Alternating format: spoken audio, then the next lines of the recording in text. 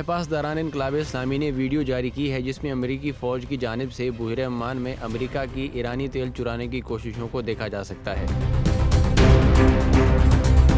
امریکی جہاز نے ایرانی تیل کے جہاز کو قبضے میں لیا اور ایرانی خام تیل دوسرے جہاز میں منتقل کر دیا۔ ایرانی سپاہ پاسداران نے بروقت کارروائی کرتے ہوئے دوسرے جہاز پر ہیلی کاپٹر کی مدد سے لینڈ کیا اور جہاز کو گھیرے میں لے لیا۔